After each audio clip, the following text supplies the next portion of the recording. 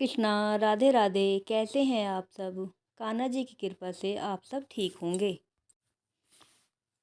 अब हम कार्तिक मास के चौथे अध्याय का महात्म्य शुरू करते हैं। कथा कुछ इस प्रकार है। नारद जी बोले, ऐसा कहकर विष्णु भगवान मछली के समान रूप धारण कर विंध्यवासी कश्यप ऋषि की अंजलि में आ पहुँचे।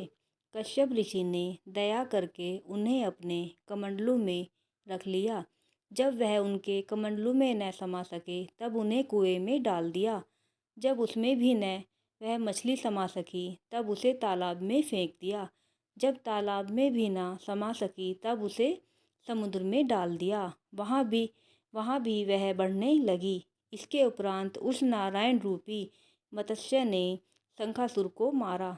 तत्पश्चात उस शंख को हाथ में लेकर बद्रिकारण्य में आ पहुँचे। बद्री नारायण में सब मुनियों को बुलाकर आज्ञा दी। विष्णु ने कहा, पानी में इधर उधर फैले हुए वेदों को ढूंढो। शीघ्र ही आप लोग रहस्य युक्त वेदों को जल से निकालकर शीघ्र मेरे पास ले आए। इतने काल तक मैं देवताओं के साथ प्रयाग में ठहरा हूँ। राजा पृथु से नारद जी ने कहा। उसके पश्चात अपने तपोबल से समस्त ऋषियों ने यज्ञ बीजों के सहित सब वेद मंत्रों को ढूंढ निकाला। उन वेदों में से जो भाग जिस जिस मुनि को मिला वह भाग उस मुनि का हो गया। तत्पश्चात हे राजन, उसी दिन से उस भाग के वे ही ऋषि कहलाए। सब वेदों को लेकर मुनिगण प्रयाग में आए और ब्रह्मा को उन लोगों ने सब वेद समर्पित कर दिए। सब वेदों को पाकर ब्रह्मा बड़े प्रसन्न हुए और तुरंत ही उन्होंने देवता तथा ऋषियों के साथ अश्वमेध यज्ञ किया। यज्ञ के अंत में देवता, गंधर्व, यक्ष, नाग और गण विष्णु को भूमि में दंडवत करके प्रार्थना करने लगे।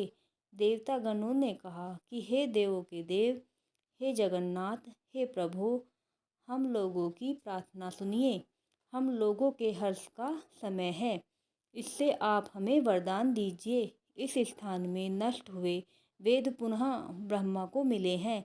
हे लक्ष्मीपते, आपकी अनुकंपा से हम लोगों को यज्ञ का भाग भी यहाँ मिला है, इसलिए यह स्थान आपके प्रसाद से आज से पृथ्वी पर सर्वप्रधान पुण्य को बढ़ाने वाला, मुक्ति और भुक्ति को देने वाला होवे।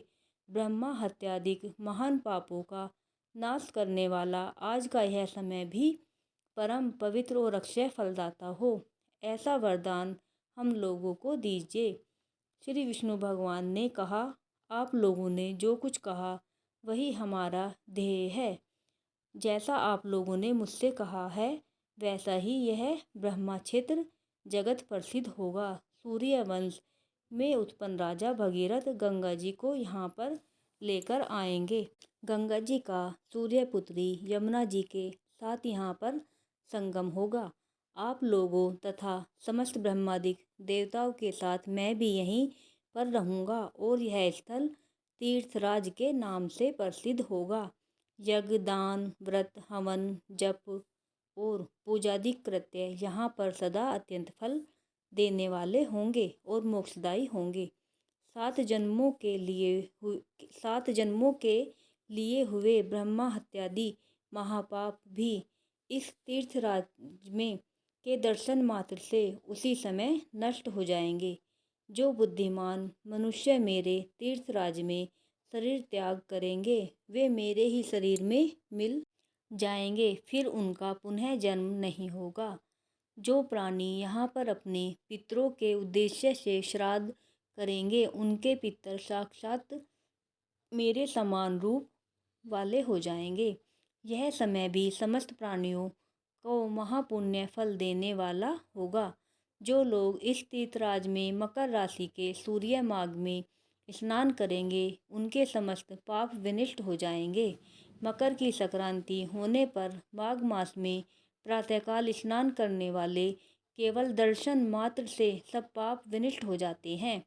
जैसे सूर्य के तेज से अंधकार का नाश हो जाता है। माघ के महीने में मकर की संक्रांति के होने पर स्नान करने वाले प्राणियों को मैं अपना लोक, अपने समक्ष अपना स्वरूप, इन तीनों मुक्तियों को प्रदान करता हूँ। हे मुनिवर्य,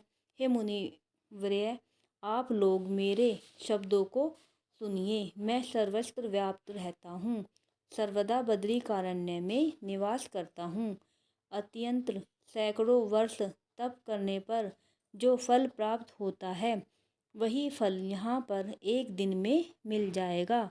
जो महानुभाव मेरे उस स्थान बद्रिकाश्रम का दर्शन करेंगे, वे जीवन मुक्त हो जाएंगे और उनके समस्त पाप नष्ट हो जाएंगे। श्री सूत जी बोले कि इस तरह विष्णु भगवान उन सब देवताओं से कहकर ब्रह्मा जी के साथ ही अंतर्ध्यान हो गए और इंद्रादि देवगण भी अपने अंशों को वहीं छोड़कर अंतर्ध्यान हो गए।